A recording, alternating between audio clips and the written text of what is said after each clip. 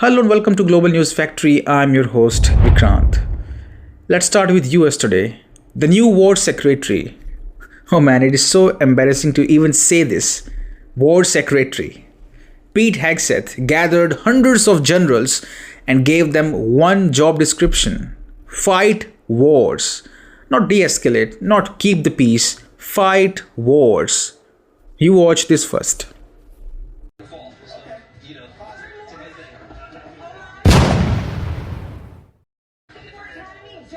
Truth. To ensure peace, we must prepare for war.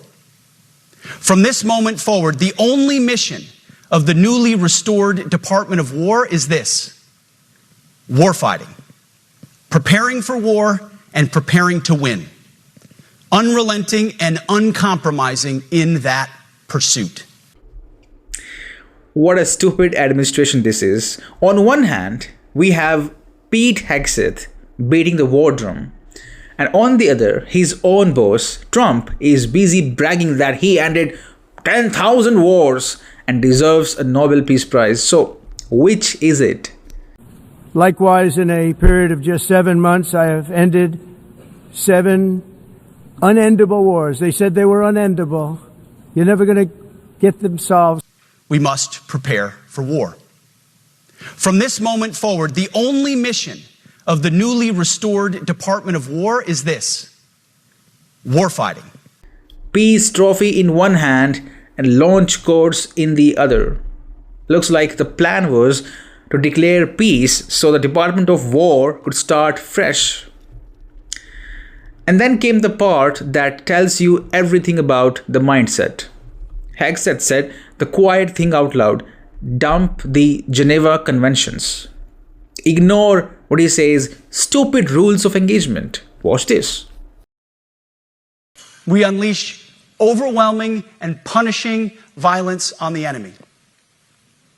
We also don't fight with stupid rules of engagement. We untie the hands of our warfighters to intimidate, demoralize, hunt, and kill the enemies of our country. No more politically correct and overbearing rules of engagement. Well, he did not even blink. Those rules exist because the world saw what happens without them. They were written to prevent war crimes, not to inconvenience a TV tough guy. If this is the new doctrine, the mask is not just off, it is in the shredder. Now look at where the road leads. Straight through Ukraine, straight towards Russia. First we are told Tomahawk missiles for Kyiv are on the table, with the wink that they should be used deep inside Russia. Everyone knows what that implies. These systems don't run themselves, they need targeting, planning, trained crews. If American fingerprints are on the launch sequence, Moscow won't call it a local act. It will call it American. And that is not a proxy, that is a collision.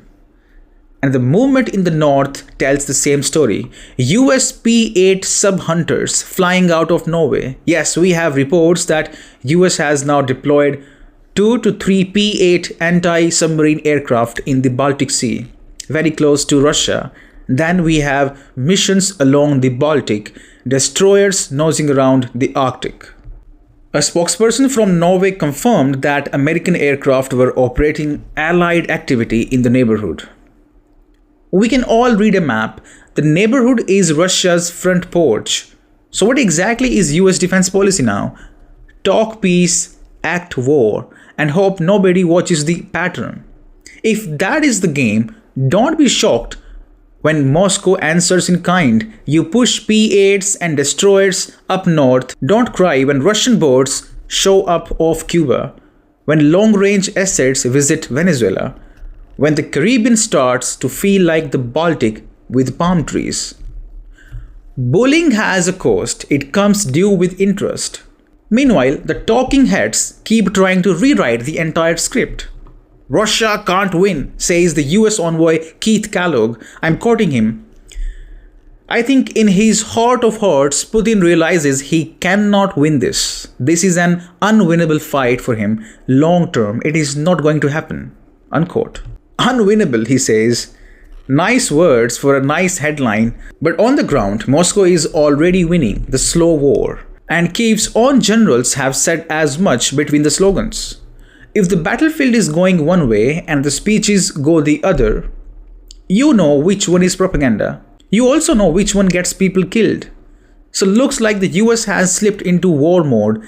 The boss sells peace on stage, the deputy sells war off stage. The rules that kept soldiers and civilians alive are dismissed as stupid.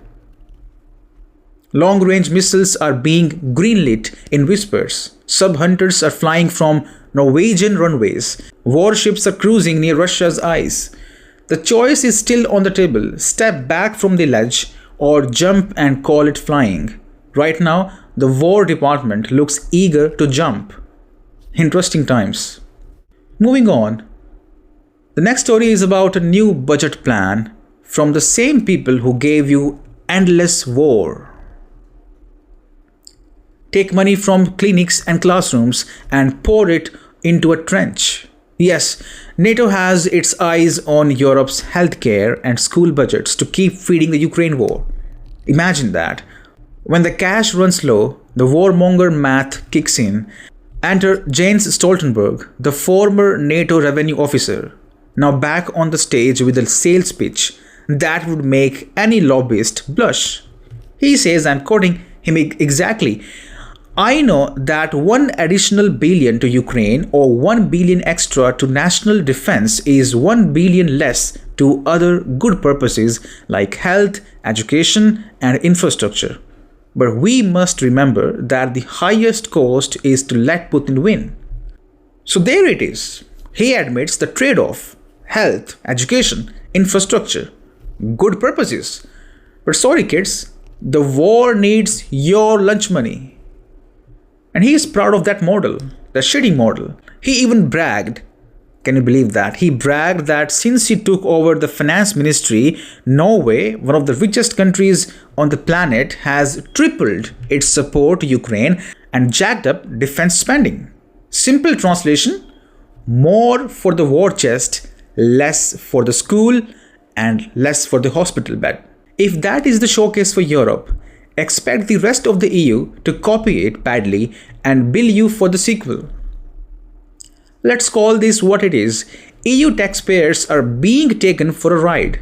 Prices are up, paychecks are thin, and now the proposal is to raid your health system and your children's education to keep a proxy war breathing. So you will pay more to see a doctor, more to keep your kids in class, and more to pretend this is security. At some point, the only thing secure will be the defense contractors' profits. And now let's look at what NATO's current revenue officer, Mark Rutte, thinks about this plan. Watch this. I mean, what I know is that if we want to keep our societies safe, and look, if you do not do this, if we would not go to the 5%, including the 3.5% core defense spending, you could still have the National Health Service, or in other countries their health systems, the pension systems, etc. But you'd better learn to speak Russian. I mean, that's the consequence. OMG, how stupid is that? Here is the bigger problem. These people don't even hide the choice anymore. Cutting social spending will not beat Russia, it will beat your living standards. It will beat your hospitals. It will beat your kids' future. Meanwhile, the same officials who lecture you about sacrifice will glide past the wait list at a private clinic and send their children to schools that don't feel these cuts. They want you to believe the highest cost is to let Putin win. No. The highest cost is to hollow out your own society and still lose leverage, because you cannot bomb your way to a balanced budget or sanction your way to a surgeon. Europe does not need war accountants, it needs grown-ups. Grown-ups who can say, we will defend our borders, yes, but we won't burn the social contract to keep a proxy, that filthy green t-shirt, on life support. Our next story is about how a big American plan tripped on its own shoelaces and gave India a windfall. So Trump changed the H-1B rules and hiked the prices of a new visa to a jaw-dropping $100,000 from mere $5,000. The idea was simple on paper: make it costlier to hire foreign talent, push US companies to hire more Americans, and bring jobs back home. On paper, it looked tough. In the real world, it looks like a boomerang. So, here is what happened. The moment the cost shot up, US firms looked at their spreadsheets, called their lawyers, called their CFOs, and then called India. If bringing talent to America is this expensive, they said, we will just take the work to where the talent already is. And India did not just open the door, it rolled out the red carpet. Those global capacity centers, or the GCCs, you have been hearing about those, they are exploding in India right now. Reuters report says the H-1B squeeze has turbocharged the growth of GCCs in India. India now hosts about 1,800 GCCs, which is more than half of the world's total. These GCCs are brain centers. They design everything from luxury car dashboards to machines and run drug discovery pipelines, build AI tools, test cybersecurity, and crunch financial experts for Fortune 500s. If you have tapped an app today, there is a decent chance some part of it was built or secured in Bengaluru, Hyderabad, or Pune, all Indian cities. Industry folks say the next wave is even higher value AI model operations, zero trust cyber, all set to go to India. Why? Because the math wins. India has the depth, the skills, the scale, and yes, the cost advantage. If you are a US CTO under pressure, it is simply cheaper and faster to expand your India hub than to hire an American for these roles. So, the reform designed to onshore jobs just did the opposite. It offshored the work permanently and at scale. You don't need a think tank to see the punchline. When you make the front door to America too expensive, global companies don't stop hiring global talent, they just move the house.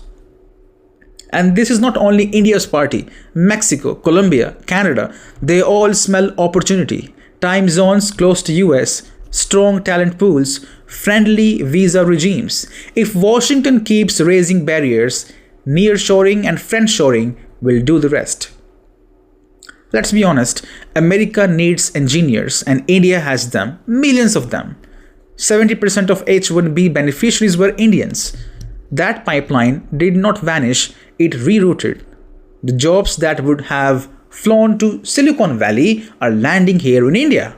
For India, this is a big movement. More labs, more patents, not just executing tasks, writing the roadmap. For the US, this is a warning label. If policy is built on slogans instead of numbers, the market will fix it for you, and the fix won't be in your favor. And that is all for now. Thank you very much for being with me watching GNF.